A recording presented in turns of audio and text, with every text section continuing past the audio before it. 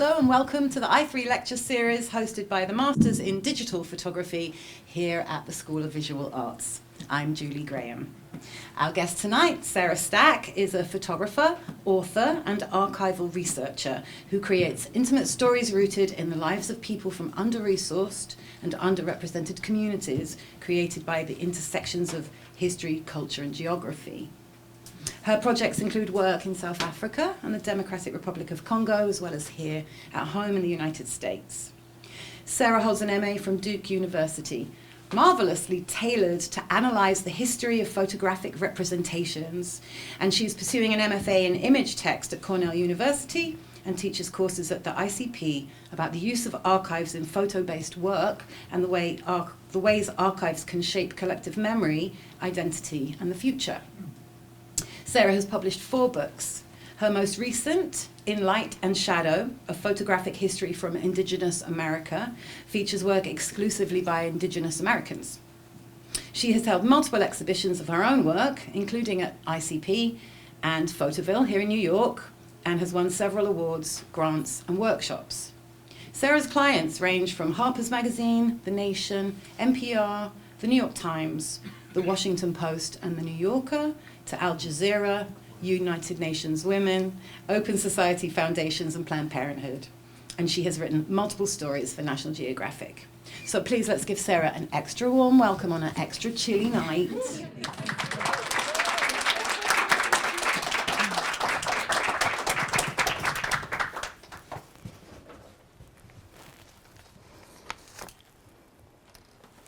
Okay.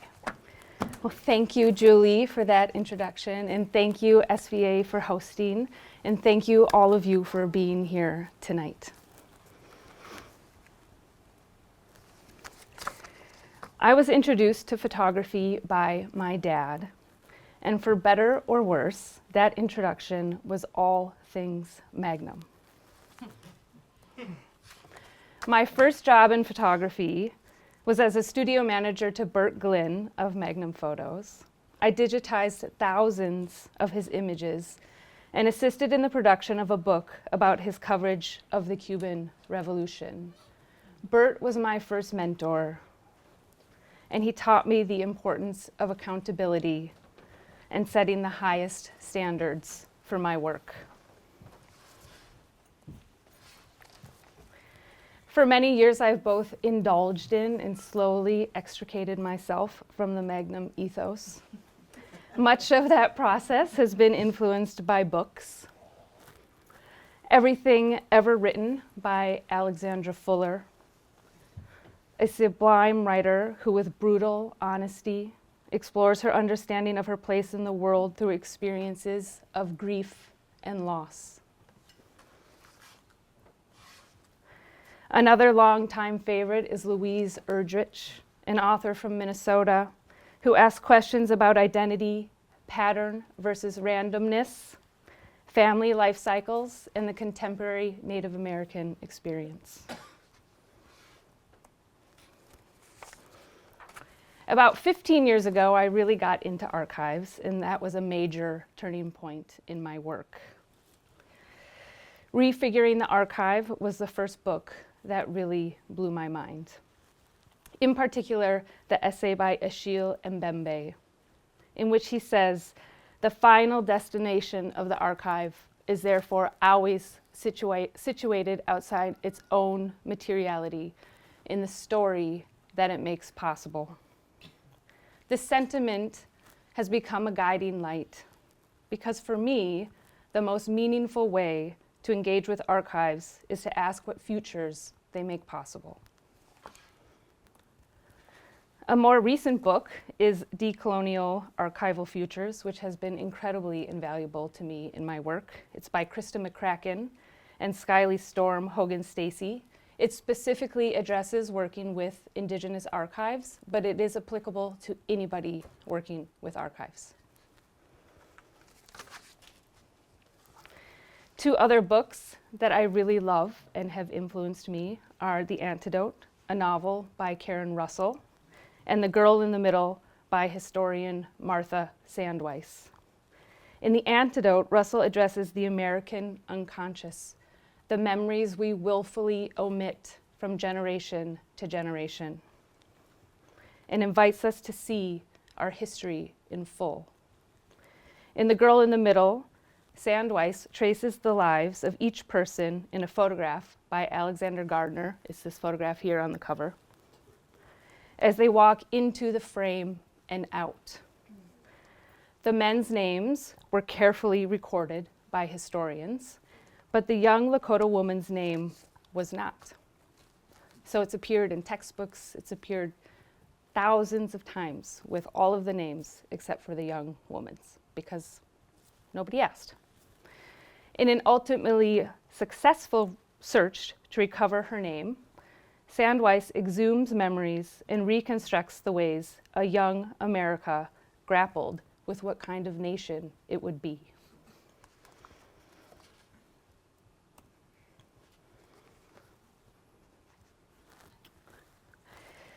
When I was a master's student at Duke, I began a project called Love from Menenberg, which is still ongoing. Love from Menenberg looks at life in Menenberg, South Africa, in particular the experiences of women and their children. A total of 1.29 square miles, people living in Menenberg are 3 times as likely to get murdered than anywhere else in the country. I first photographed Menenberg, which is a neighborhood of Cape Town, in June of 2011. For well over a decade, the women of the Lottering, Peterson, and Adams families have shared their lives, showing the texture, unity, and comfort of their home. This is a street scene in Menenberg that shows Table Mountain, an anchor in the landscape of Table Mountain, in landscape of Cape Town. Table Mountain has been chronicled in lore, words, and images for millennia. I had this picture in my mind for years, and finally, I think it was about 4 years ago, I finally made the picture that I saw, and this is it.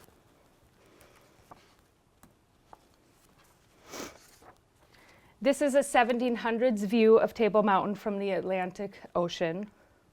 And not only is the mountain an anchor, it is also a dividing line. This side of the mountain is where the most affluent neighborhoods of Cape Town are now located. The other side, where Menenberg is located, is called the Cape Flats. About 1 million years ago, Table Mountain was an island. Then the sandy floor of the sea emerged, and the mountain joined the mainland of South Africa. It's located at the top of a peninsula. And today, that old seafloor is the Cape Flats, and that is where Menenberg is.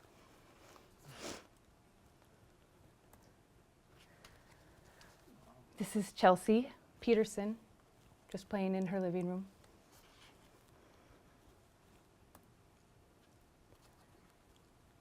It's a mural in somebody's backyard in Menenberg, and Chandra Peterson.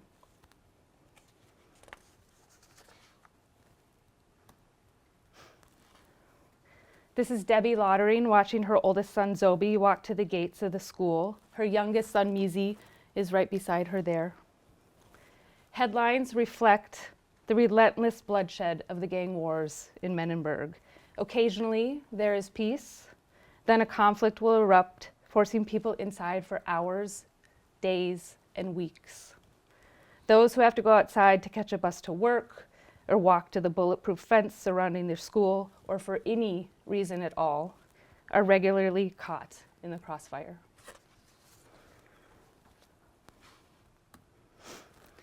So Debbie and I started texting on WhatsApp in 2013 when I was pregnant with my son Errol, who's here tonight.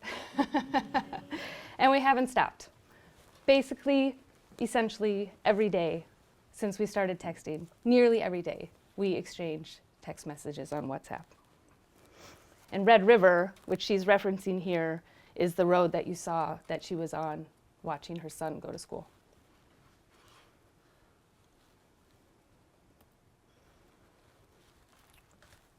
Established by the apartheid government in the 1960s, Menenberg translates from Afrikaans to English as man and mountain.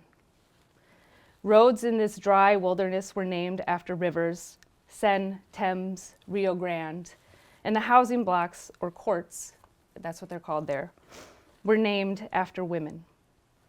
Hilda, Isabel, Lillian, Joyce, Pam.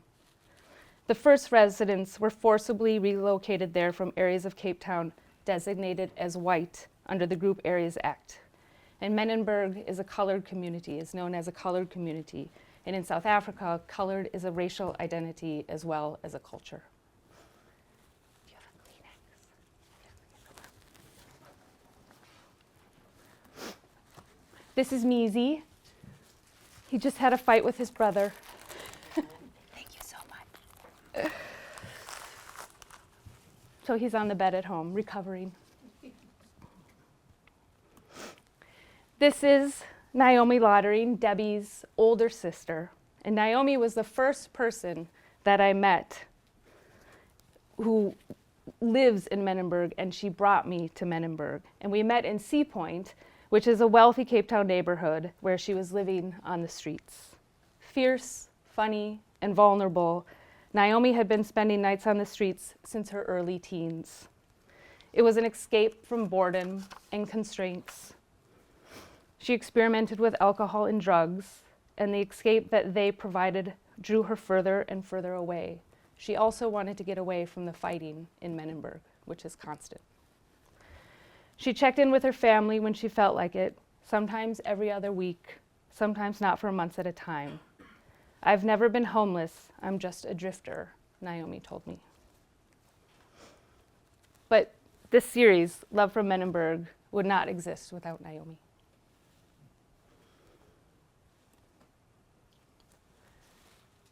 There's two men on an evening walk in Menenberg. That's Naomi at home in Debbie's house, and so that's her nephew, Measy, who you saw in the bed.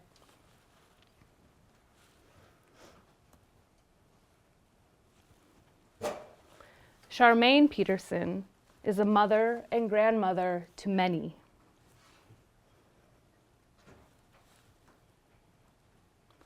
And this is her youngest son, Ashwin, a member of the Hard Livings, the oldest and largest gang in Menenberg. He's showing a picture of an actor who plays a reformed gangster in the movie Four Corners, which is set in Cape Town. It's a very good movie. Ashwin was 19 when I met him, soft-spoken and confident. He loved animals. Ashwin rarely left Menenberg. He gambled for small coins, which is what he's doing here. He's in the middle, bending down, picking up the coins with his friends. Listened to music, drank and got high. Fairly typical behavior for many youth.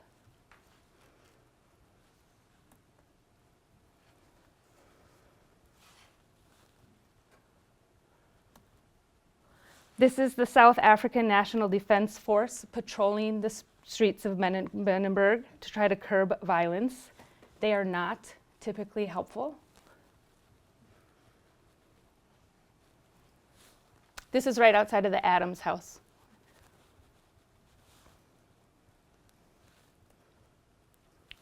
That's Zipporah. That's Debbie's oldest daughter.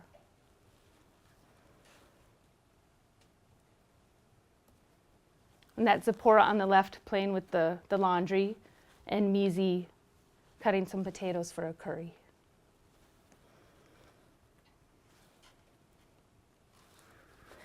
Ashwin was murdered outside his home in Gale Court in a gang dispute on December 21st, 2014. I woke up to a message from Debbie with the news. "Hi, Sarah. Ashwin has been shot dead last night," she typed. "Don't have all the details now, but all I know, he was shot dead at midnight." Everyone in Menenberg knows who killed Ashwin. The Petersons filed a case with the police, but were told the files were stolen when the investigator went out of town. His family and friends visit his grave as often as they can.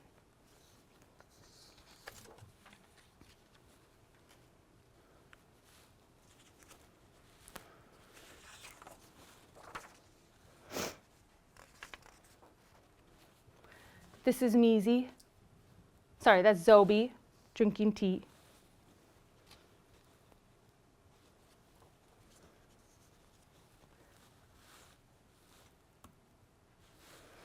And this is Tanya Adams, who with the help of her sister Tasha is getting ready for her matric dance, which is very similar to prom.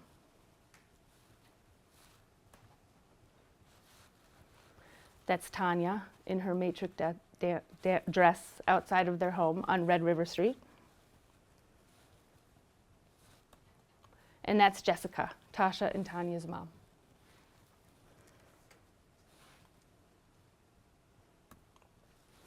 For several years, I set up a studio in Menenberg Library and offered free portraits and prints to everyone in the community who came into the library and asked for one. Over the years, I made thousands of portraits, all with a blue background. They all look like this. The images have been framed and taped to water heaters and cinder block walls. They've been cut into collages, tucked between pages of books, and have settled into drawers. They are stored and displayed alongside family photographs made long before I ever stepped foot in Menenberg. So that's Tasha and Tanya up on the left. So a lot of families that I knew also came in to have their portraits made. And then this is the Petersons here, part of the Petersons. They're a very big family.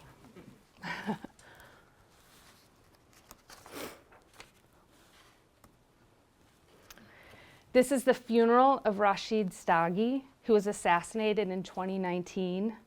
Stacke was the founder of the Hard Livings Gang along with his brother Rashad, and they founded the gang in 1971. And the Stackes were really central in the development of Menenberg and Menenberg's gangs. They are heroes to many, but nearly everyone in Menenberg can trace the violence in their lives to this ongoing legacy of gang warfare.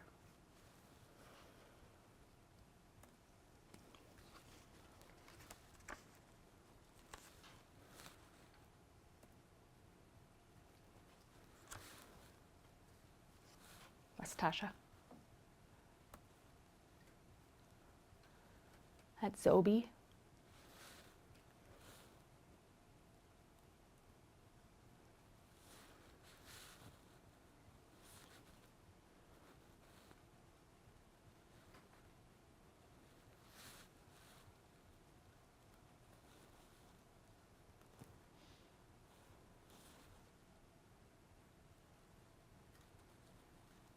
That's Shantae.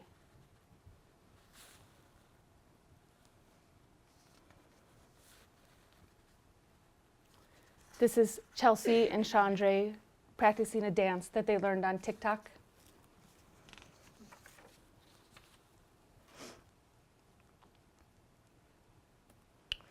This is Debbie and Naomi, I believe, in the last time that I ever saw them together in this state.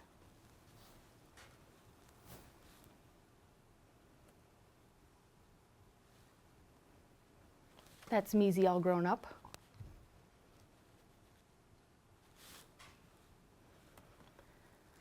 When Naomi was 36, she had a stroke at home, and her father Franz called the ambulance, and it took the paramedics 9 hours to arrive.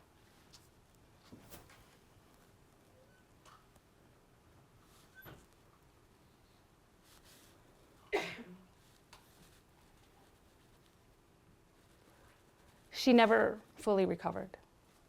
She was in a wheelchair, and her mental capacities did not recover.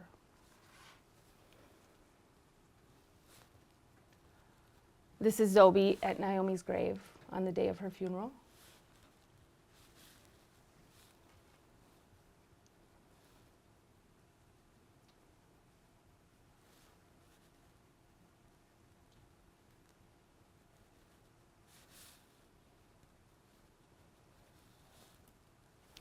In 2022, I published the Love from Menenberg book, published by Kerher Verlag and designed by Bonnie Bryant. In terms of funding, I primarily funded the book through Kickstarter. And before the book, for this project, I used money that I saved from assignments and other work to go back and forth between New York and South Africa.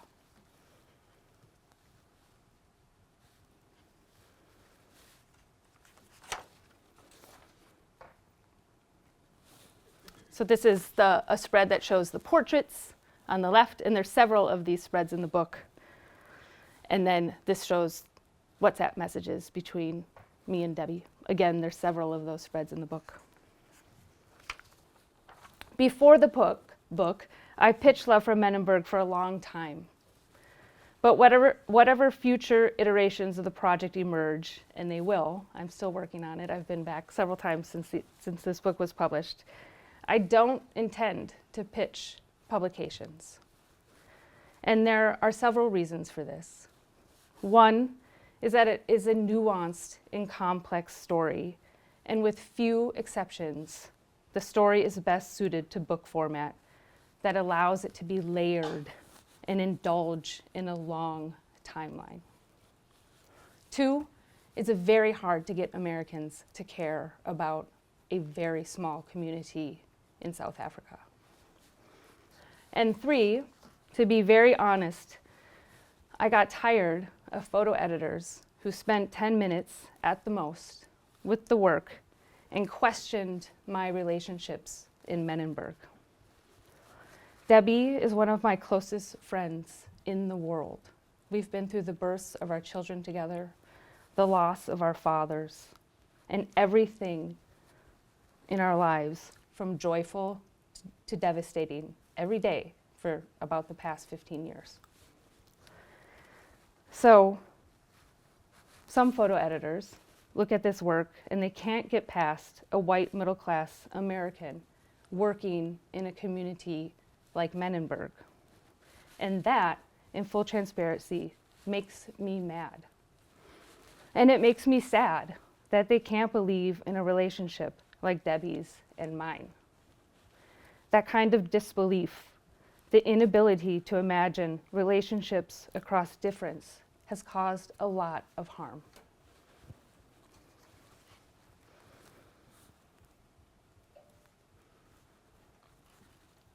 That's Naomi. That's one of the first photographs I ever made of Naomi. So that was probably 2011.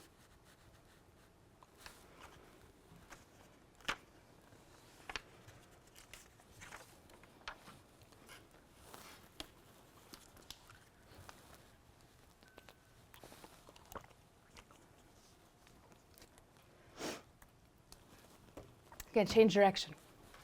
All right, in early 2020, with the 400th anniversary of the Mayflower's arrival to North America looming, Inupiaq photographer Brian Adams and I began developing a photography project that looked at the evolution of Indigenous American identity and representation.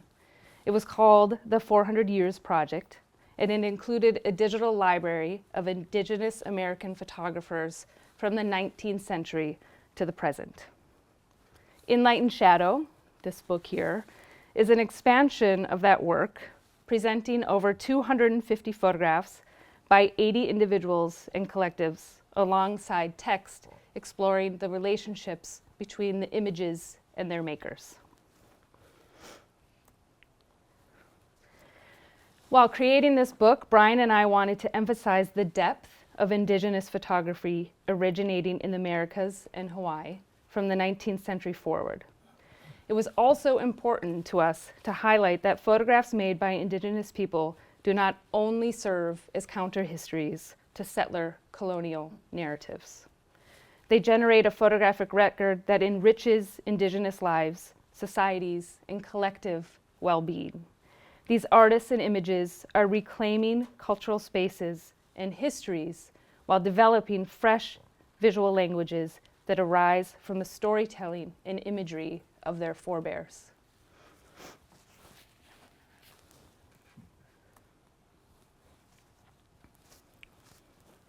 An overall goal of the book is to contribute to a wide understanding that Indigenous people across North and South America and Hawaii have been making photographs for their own purposes since at least the 1860s.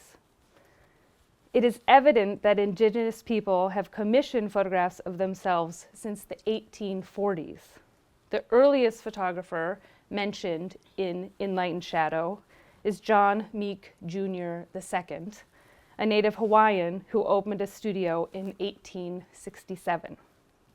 Meek auctioned his photographs, his negatives, in 1869, and they have yet to be recovered. So hopefully they're out there somewhere. The oldest images presented in the book were made by Jenny Fields Ross Cobb, George Hunt, and B.A. Haldane in the 1890s. From this time forward, each decade is represented, as well as numerous technologies and genres. All of the artists and images make the vibrant and complex experiences of Indigenous Americans visible.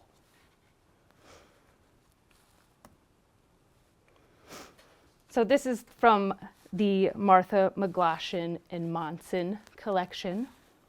It shows the wedding of Xenia Monson to her first husband, Casey Golly, in Unalaska in 1928. Martha, Xenia's mother, who likely made the photograph, was born in 1890 on Akutan Island, and she died in 1981 in Naknek. For more than half a century, Martha photographed what was in front of her: a growing family, lively holiday parties, birthdays, weddings, dogs, sailboats, the first motorcycle in Naknek, fishing nets, reindeer, canneries, and more.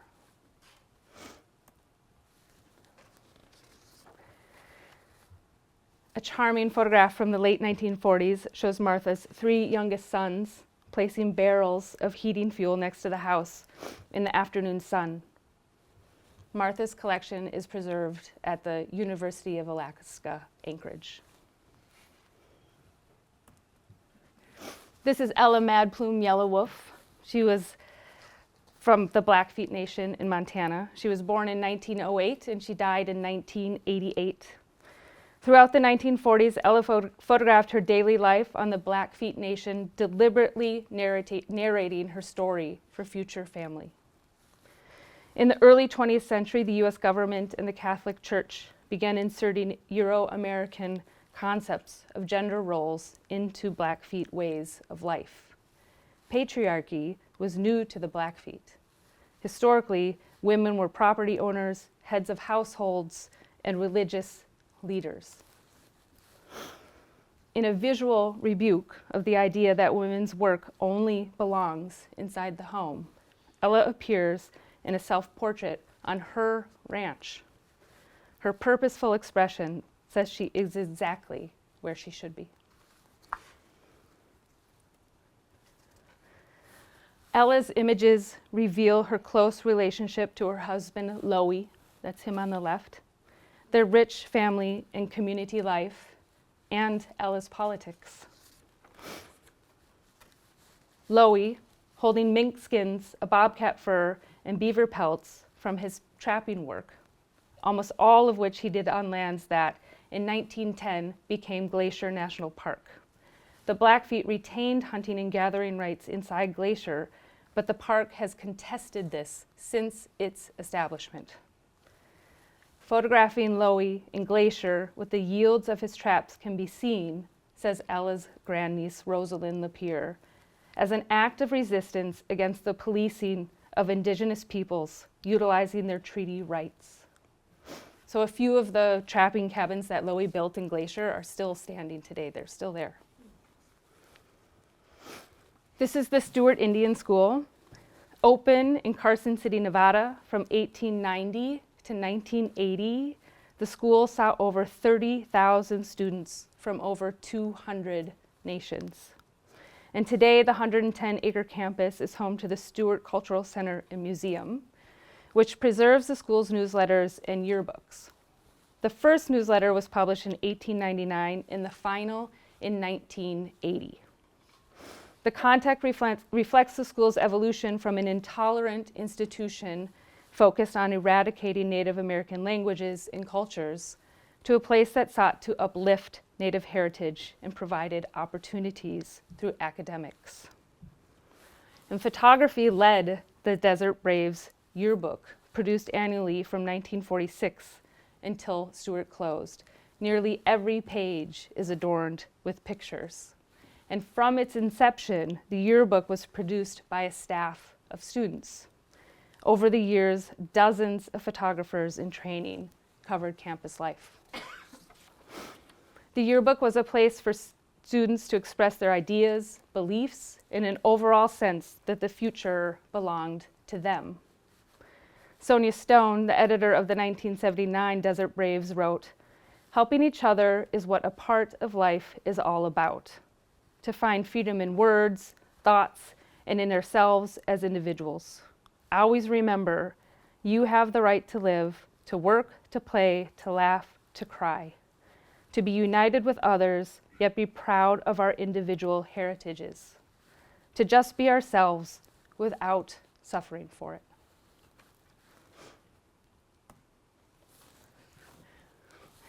This is the Porcupine Day School.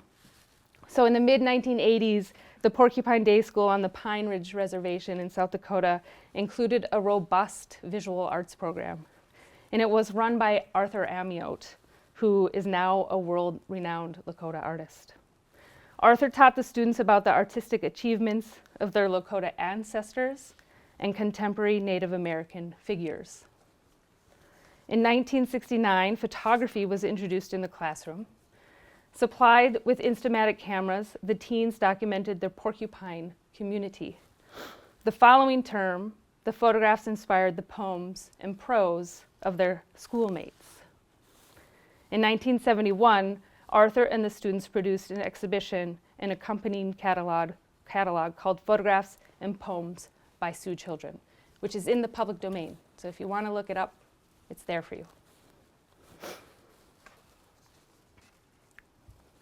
Arthur said, "The photographs and poems made at Porcupine Day School reveal depths of feeling, insight, power, and an acute sensitivity for transforming a harsh world into one that is both simple and beautiful." The poems are amazing. So are the pictures, but the poems are really amazing too. So this is TAFOS. And TAFOS was a program that provided cameras and trained citizen journalists in Peru from 1986 to 1988 and had many Quechua participants. In workshops, the participants were trained to photograph what was most important to them in their daily lives. So they looked at political upheaval, working conditions, activism, cultural events, family, friends, landscapes, and so on. Importantly, TAFOS operated in the 1980s, a time of brutal internal conflict in Peru. Nearly 70,000 people were killed or were missing, and statistics reveal 75% of the victims spoke Quechua as their first language.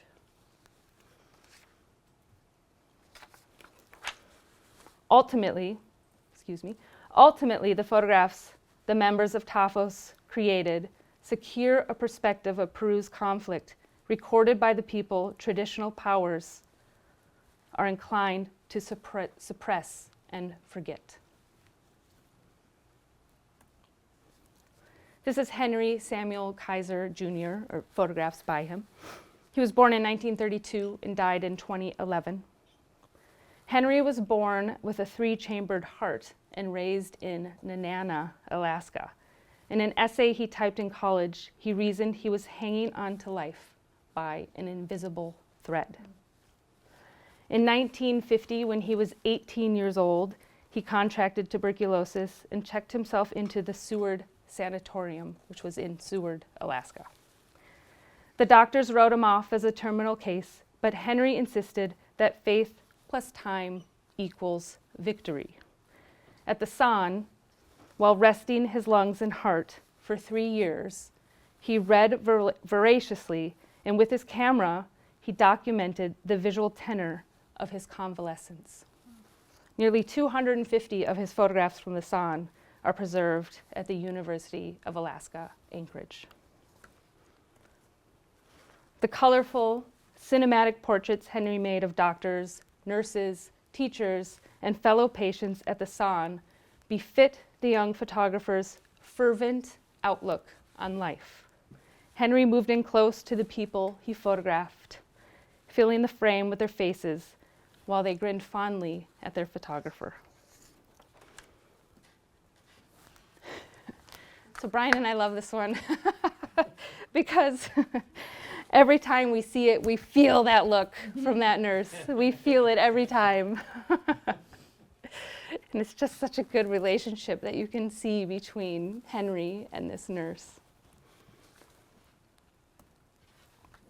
This is Kenneth T. Mars, Jr., a Narragansett photographer. He was born in 1940 and also died in 2011. He walked the streets of South Kingstown, Rhode Island, nearly every day, in every season, in every type of weather, for 4 decades. And he was a familiar presence to the people of South Kingstown, but outside of his family, no one really knew him. He likely made over 80,000 photographs between the 1960s and the early 2000s, 27,000 of which have been preserved at the South County Historical Center. He used a simple point-and-click camera and methodically arranged the photos in dime store albums with the help of his dad. And outside of making photographs, he worked as a custodian at the University of Rhode Island for 40 years. On weekends, he served as an usher, his dad was the pastor, at the Peacedale First Church of God. And there's not much known about why Kenneth made his photos, or the rhyme or reason behind the arrangements in his albums. He never spoke to anybody about it as far as we know. Yet it's clear he loved his community and he loved trees. He would return to the same trees days, months, and years apart to photograph them. He also engaged in research at the local library and then would photograph houses, buildings, and gravestones, creating visual links between them. Whatever his intentions or motivations might have been, he built a cohesive and detailed body of work that creates an intimate portrait of South Kingstown in the ways it changed throughout his lifetime. Nothing was too common for Kenneth to treasure with a photograph.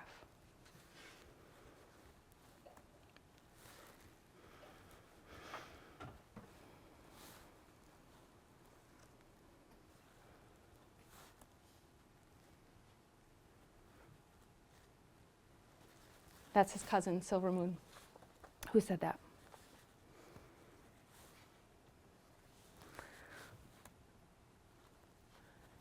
This is Kimawan Mechuez, a Cree photographer who primarily worked with Polaroids.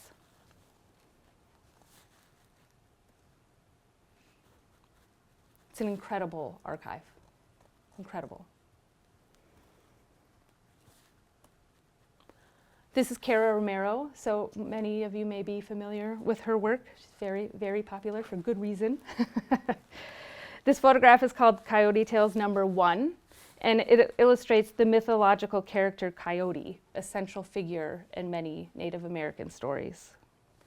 Cara says, I use vibrant color, experimental lighting, and photo illustration to explore ideas of how the supernatural world overlaps with our everyday lives.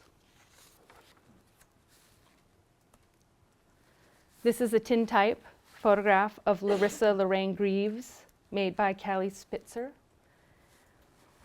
Callie's process is deeply collaborative, and through this exchange of trust, personal narratives of Indigenous, Black, brown, queer, trans, non-binary, femme, and women's bodies are embraced, creating visual representations that are self-determined.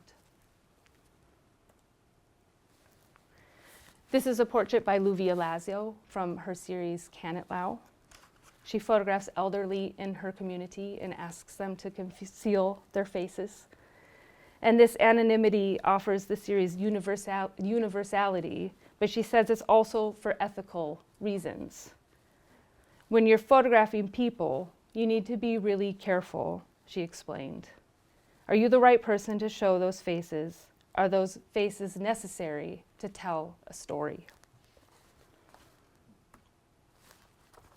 So these are some spreads of the book. And for In Light and Shadow, Brian and I were approached by the publisher and offered a book deal. And it's very hard to say no when that happens. So we said yes. And the publisher, they provided a book advance, of course. But when you're working with archives, it's typical that the authors pay to license all of the photographs that appear in the book. So in advance goes very, very quickly when you're licensing photos for a book of this magnitude that is published. This one was, the first run was 10,000. So often the licenses go according to how many books are going to be made. And at the request of the publisher, the book is 70% historical and 30% contemporary.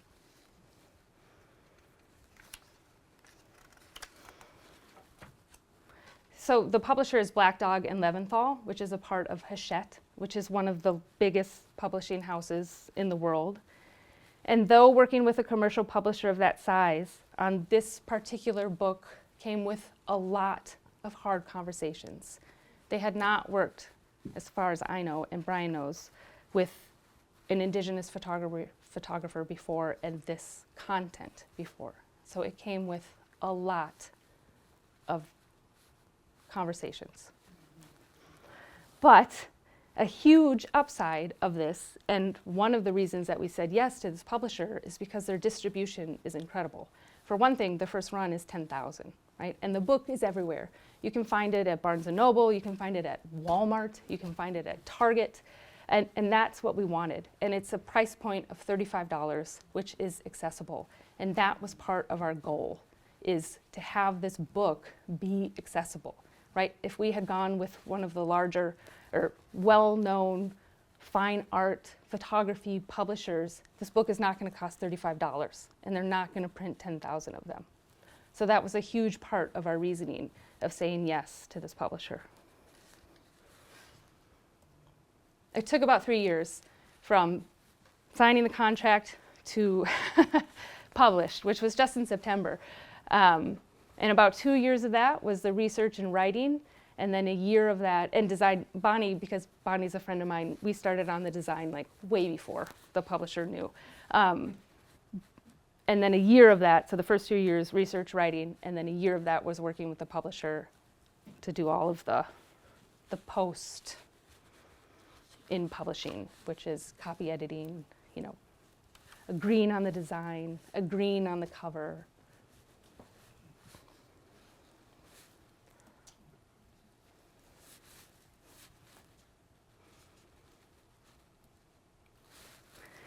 So while making In Light and Shadow, it was nearly impossible for me to work on other projects because of the time commitment and the deadlines. There was always a deadline for this book, always a deadline. So I didn't have time to do assignments, to do much other work. I continued teaching, but it was really this book and teaching and not much else. And when I lifted my head up, I realized I didn't want to go back to journalism or editorial work. I'll still be going to Menenberg, and I'll still be going to communities that I have lasting relationships in. But I'm interested in making more conceptual work, working on creative writing, and of course, always working with archives. So to help me move in that direction, and to help me, hopefully, someday secure a job in higher education and put my 3 children through college, I enrolled in the Image Text MFA program at Cornell. And this is my first year, so the work I'm about to show you is new and it's loose, but here's a preview. So these are not my photographs. These are photographs made by Matthew Brady between 1940 and 1860 in New York City and Washington, D.C. But I'm showing you these because I like the vibe. And they fit with themes that I'm thinking about. So I don't think they're going to end up in the final work, whatever that is. But I look at them a lot as I'm thinking about these themes of early American history in the Catskills, the American unconscious, mythology, magic, and recreating our relationships with the past, present, and future.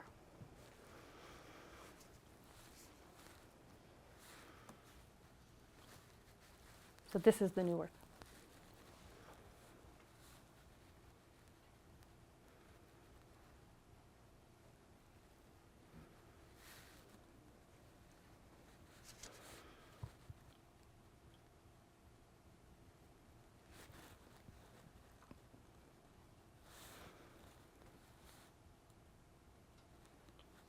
So I often get asked when I show what I've been working on if this work is about motherhood, or I'm told that it is. I firmly believe that women who include photographs in their photographs of their children in a series can be making work about something other than motherhood.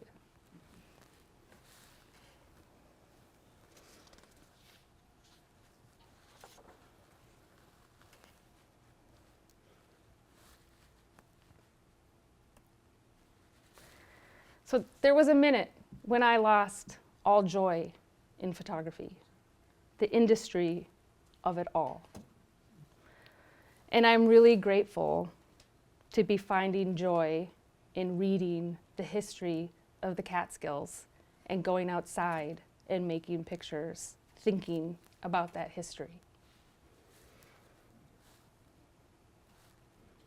I've learned I really love to make photographs in the forest at night. No idea. Oops, oops. And that's one of them.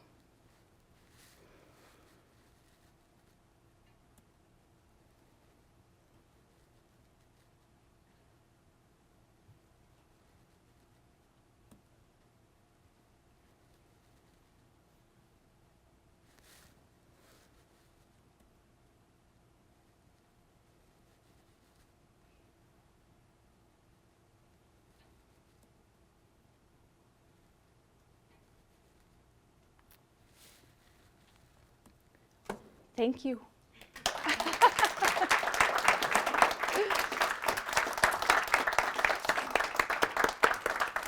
It's less of a question and more of a comment, but on that moth one, on the moth one, Yeah. that shot was really hard to get. It took us like 30 to 45 minutes. Just chasing around the same moth. We were moth wranglers in the forest. It was so much fun. So much fun. But it feels like a circus moth. That's why I like it. Like it's doing tricks. Yeah, like it's doing tricks on that pine needle. Live and direct. All right, anyone else? Questions or comments? Comments are also good. All right, I'm gonna go while you think. So how did you initially connect with the families in Manenberg? Did you connect with them before you first went, or did you go? It was all Naomi. So I met Naomi on the promenade where she was living, and we started talking. I was looking for a photo project because when I did my master's at Duke, I was already a professional photographer. And I went there to work in the archives at the University of Cape Town on something different. But I knew that I wanted to create work when I went there. And so when I would go jogging or just walking anywhere, I always had a camera with me, part of a reason to talk to people. And Naomi was one of the people that I talked to. And one day she asked me for a ride home to Menenberg. And I said yes, and that was it. Yeah, Mike. This is working. Excellent.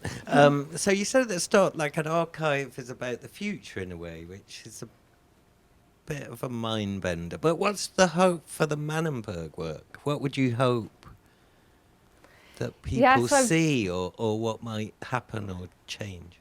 Well, the next iteration is kind of a prequel to Love from Menenberg. So I'm going into the archives, the city archives in Cape Town, and reading all of the minutes of the creation of Menenberg, which are incredible because it was during apartheid and no conversation was going in favor of the people of Menenberg, right? So it's just the most mundane, from building of the building, constructing the buildings, naming the streets, but it was all done during apartheid and with that state of mind. Yeah. And so I'm going back now to look at that.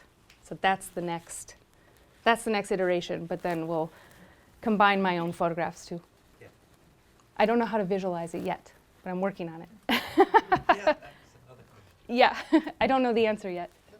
the other question was, you said that the photo with Tabletop Mountain in the background, Table Mountain. Table Mountain, Yeah. tabletop, It that is a you kind tabletop. of seen that or visualized it, Well, it is. literally or kind of. Well, you can see it from everywhere in Menenberg, but it's very hard to make a good picture of it. Like the light, it either looks too far away, it doesn't feel central. And so finally, like that light, that evening light, and the guy standing there, I mean, he was watching what I was doing, but then with the light, the mountain's sort of a silhouette in the background, and I just felt like it all came together in that photo. Yeah. Also, with the trapper one, you said that you could go to like some of his Oh. trapping houses. I forget what you called them. Yeah. Still today. So like, can you go in them, or do you mean like you're just wandering around and you're like, oh, look at that. What's that? I'm not sure. I didn't get that amount of detail. I just know they still exist. But I imagine Rosalind would not want to share that information of exactly where they are to protect them. Yeah. Thank you. Anyone else? Cool, yeah.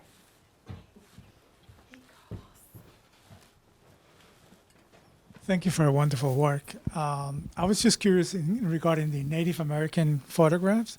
How did you connect, With Brian? with Brian in order to produce this project? Brian and I, we actually just figured this out because we're doing press for the book, and so we get asked this question a lot.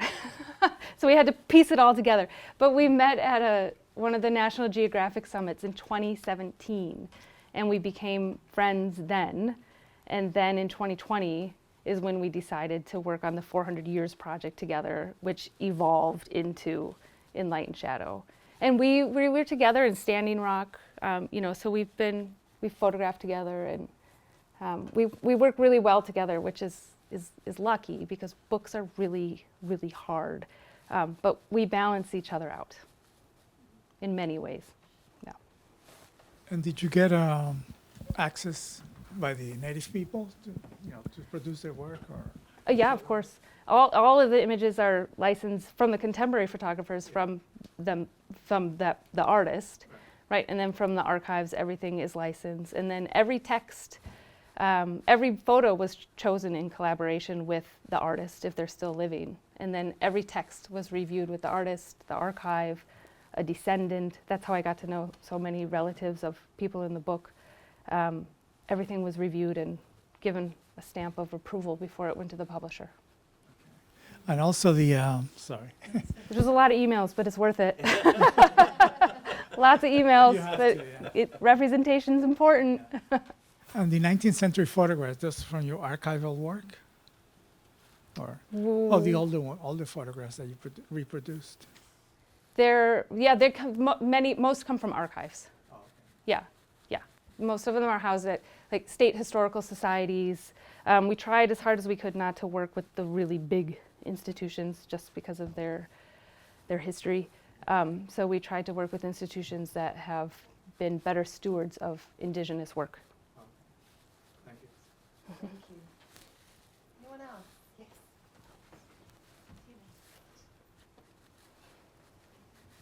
Well, first of all, I want to say thank you for coming out tonight. I really did enjoy the large selection of different work that you decided to show off tonight. But what really caught my attention is that just how aesthetically strong and consistent they were. And I know that you said that you draw a lot of inspiration from Magnum photographers, but can you Well, speak a little more on your... I grew up on Magnum. Could you speak a little more about like where your personal inspirations come from, especially when you're compiling for projects like this? That's a really good question. I've done so many different types of work. It's hard for me to name an inspiration, a visual inspiration.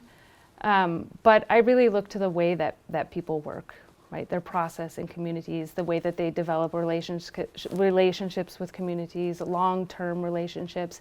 And you can really tell when photographers write or speak about the work, where they're coming from, right? If they're putting the people in the community first or themselves, it's pretty transparent. And so the photographers who I've listened to and met who put the people first, those are the people that inspire me.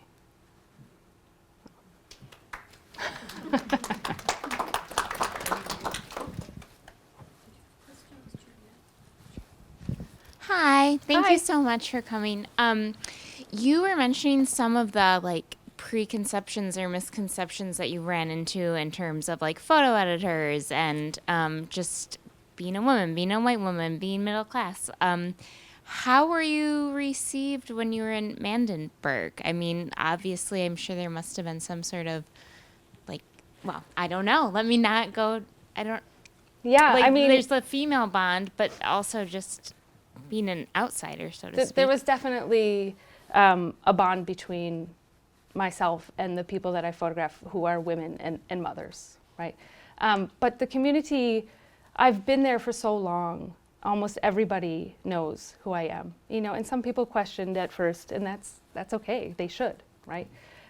But, you know, I go to the library and I walk through the streets with Debbie or Naomi, finding the people in the photographs and giving the photographs. So I just meet so many people. And a lot of people want to have their photograph made, right? When they see me with a camera, a lot of people ask me to make their photograph, and I always say yes.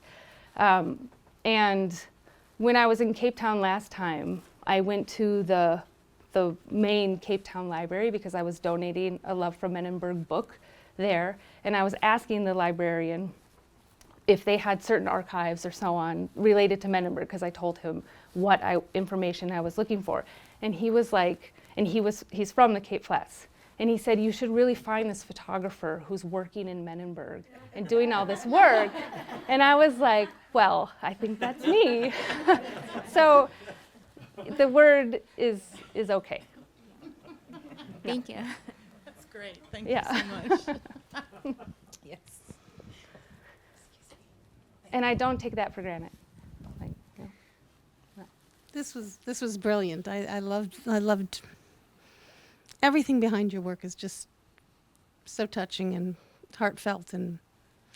But I wanted to ask you, because you just said you donated the book to the library, and I know that you used the personal text between you and Debbie. Mm-hmm.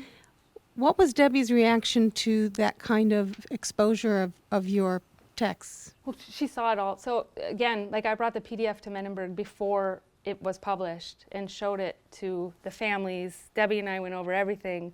So I didn't want there to be any surprises when I brought the book back to Menenberg. So she's on board. Was there any editing after that conversation between her and you about what you brought? No. She looked at everything. Thank you. Thank you so much. Last one? Anyone? All right, let's give it up for Miss Stacke. Thank you.